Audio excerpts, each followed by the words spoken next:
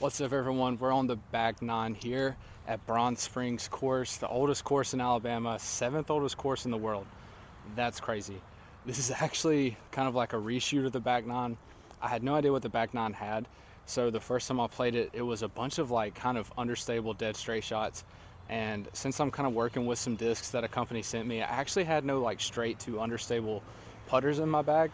Basically, I decided I was gonna go swap some discs out from the car, so that way I could actually have fun on the back nine and give this course a fair review. So yeah, that's what we're doing. And this isn't really about the score anyway, more about the future of the channel and kind of reviewing this course and seeing what it's like. What's up, everybody? Hole 10 here, 240 feet. I go with a forehand with a very overstable disc. It bites super hard, but I get a putt. So far, this course is pretty fun. I talked about that in the front nine a lot. I will say from experience, this course is definitely more of like a pitch and putt style than I thought it was going to be. And it's a decent design. It does feel like a bunch of the holes, and you'll see out here on the back nine, it seems like getting within circle one takes just a little bit of luck, or just an incredibly accurate tee shot, but still not a bad course.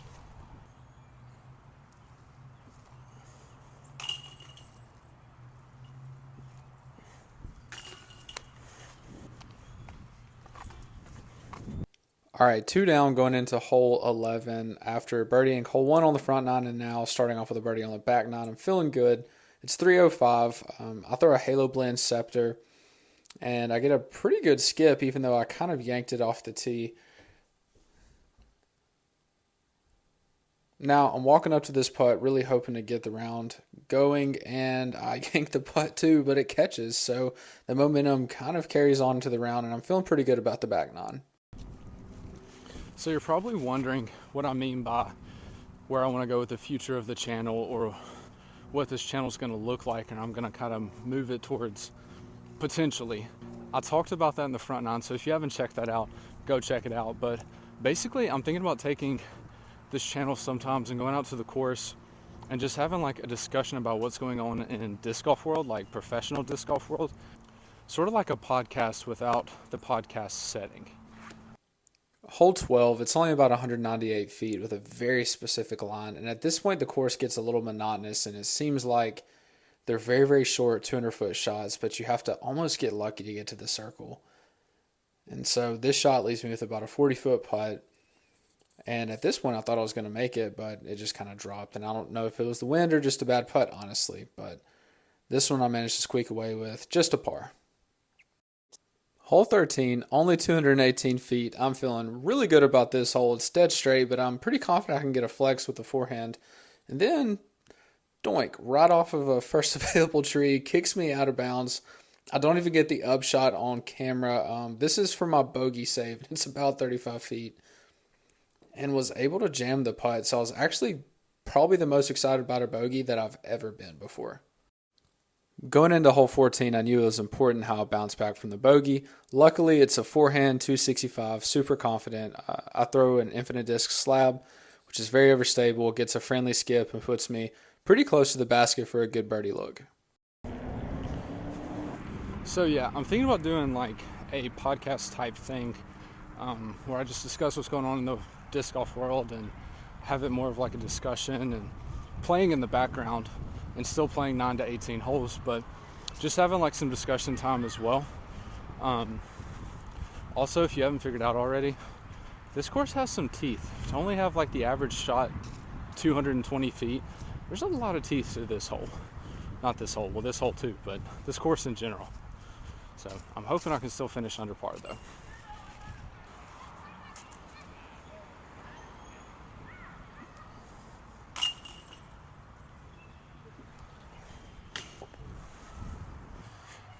I need to know though if you guys would enjoy videos like that, where I just talk about topics and play a few holes, or if you would just only rather hear that in a podcast setting. And if I were to do that, that would be like way in the future with a lot of channel growth. Yeah, hope y'all are enjoying this oldest course in Alabama, 7th oldest in the world. That's insane if you think about it. Especially with the shape that this course is in, surely they've done work to it. Hole 15, pretty basic 250-foot hyzer, and a little help from the tree never hurts, right? That was a crazy tree direction. Pretty sure I hit a tree like 50 feet short of the basket, and it just bounced off and landed right under the basket. Oof. Hole 16 is another pretty standard 260-foot forehand hyzer play, and I somehow managed to throw this one almost directly up. And then I throw a second shot for fun with my koi from elevation discs, which lands in the exact same spot. As much as I really don't like pitch and putt courses, like they're by far my least favorite. If the average shot is under 300 feet, I typically don't like the course. One positive about this course so far, you can really you can knock out a lot of holes and practice a lot of shot shapes really quickly because they are short and convenient. There's also a bunch of families out here too, which is really good for growing the sport. So that's got to be a positive too.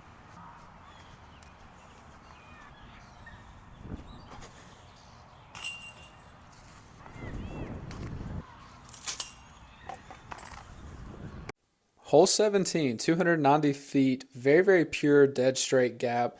Thought I was feeling some momentum from making that 60-foot jump putt, but apparently not, because I early released, and then when I tried to correct it, I grip locked.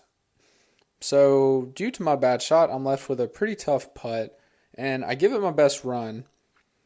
Unfortunately, I missed it too, so at this point, I'm just trying to birdie out by maybe getting a birdie look on hole 18 and finish up with a solid round. Hole 18, 200 feet, very tight gap. So I try to go the Simon line with a huge spike hyzer.